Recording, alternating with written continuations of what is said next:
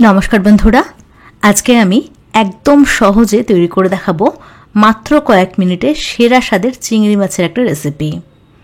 गरम भातेर साथे चिंगड़ी माछेर एई रान्ना थाकले किन्तु आर किच्छु लागे ना, शुधुमात्र एटा दिएई एक थाला भात निमिषेर मধ্যে खाওয়া হয়ে যায়।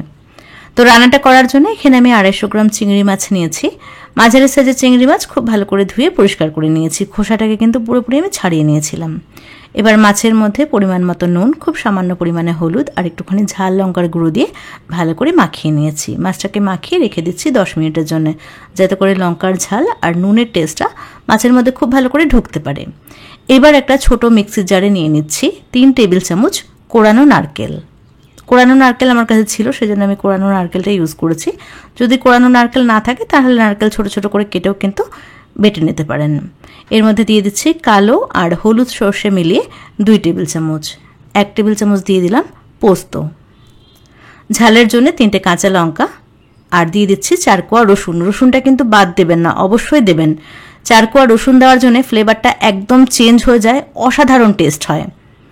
2 টেবিল চামচ টক দই দিয়ে দিলাম। এর সাথে যাচ্ছে স্বাদ অনুযায়ী নুন, পরিমাণ মতন হলুদ আর সুন্দর একটা রঙের জন্য একটুখানি কাশ্মীরি রেড চিলি পাউডার। অল্প জল দিয়ে একদম মসৃণ করে সবকিছুকে বেটে নিয়েছি। মশলার পেস্ট রেডি হয়ে গেছে। এবার যে টিফিন বক্সের মধ্যে রান্নাটা করব সেখানে আমি মশলাটাকে নিয়ে নিলাম। মিক্সির জার ধুয়ে দিয়ে দিলাম সামান্য পরিমাণে একটুখানি জল, হাফ কাপের থেকেও কিন্তু কম জল দিয়েছি, খুব বেশি জল দেওয়ার দরকার নেই। একটু চিনি দিলাম টেস্টটাকে ব্যালেন্স করার জন্য। এবার সবকিছুকে ভালো করে মিশিয়ে নিচ্ছি একসাথে। এইটুকু চিনি দিলে কিন্তু মিষ্টি হয়ে যাবে না, টেস্টটা ব্যালেন্স হবে আর খেতে অনেক বেশি ভালো হবে। এবার আগে থেকে মাখিয়ে রাখা চিংড়ি মাছটাকে দিয়ে দিয়েছি। সর্ষের তেল এখানে দিয়ে দিচ্ছি 2 টেবিল চামচ। তেলের পরিমাণ কিন্তু একটু বেশি দিতে হবে আর অবশ্যই করে সর্ষের তেলই ব্যবহার করবেন।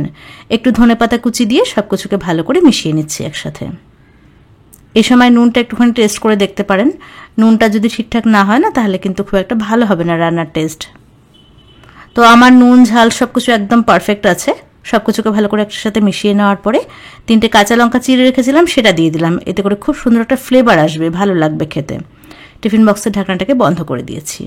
এখানে দেখুন 2 কাপ মতন জল গরম করে নিয়েছি। একটা খাওয়া রাখার স্ট্যান্ডের উপরে টিফিন বক্সটা খুব সাবধানে বসিয়ে দিলাম। ঢাকনাটাকে বন্ধ করে একদম হাই আঁচে ঘড়ি ধরে 10 থেকে 12 মিনিট ফুটিয়ে নিয়েছি। একদম হাই আঁচে ফোটাতে হবে। 12 মিনিট পরে গ্যাসের ফ্লেমটাকে অফ করে এটাকে আমি এরকমভাবে গরম কড়াইতে ঢাকা দিয়ে রেখেছিলাম আরও 10 মিনিট। তারপরে টিফিন বক্সটাকে একটুখানি ঠান্ডা করে নিয়ে খুলে দেখাচ্ছি। দেখুন দেখতে কতটা লোভনীয় হয়েছে, খেতে কিন্তু এর থেকেও অনেক বেশি টেস্টি হয়েছিল। গরম ভাতের সাথে এটা খেতে দুর্দান্ত লাগে। তো কেমন লাগলো আজকের এই সহজ সাধারণ চিংড়ি মাছের ভাপার রেসিপি সেটা অবশ্যই কমেন্টস করে জানাবেন। ভিডিও ভালো লাগলে একটা লাইক করবেন আর চ্যানেলটাকে সাবস্ক্রাইব করবেন।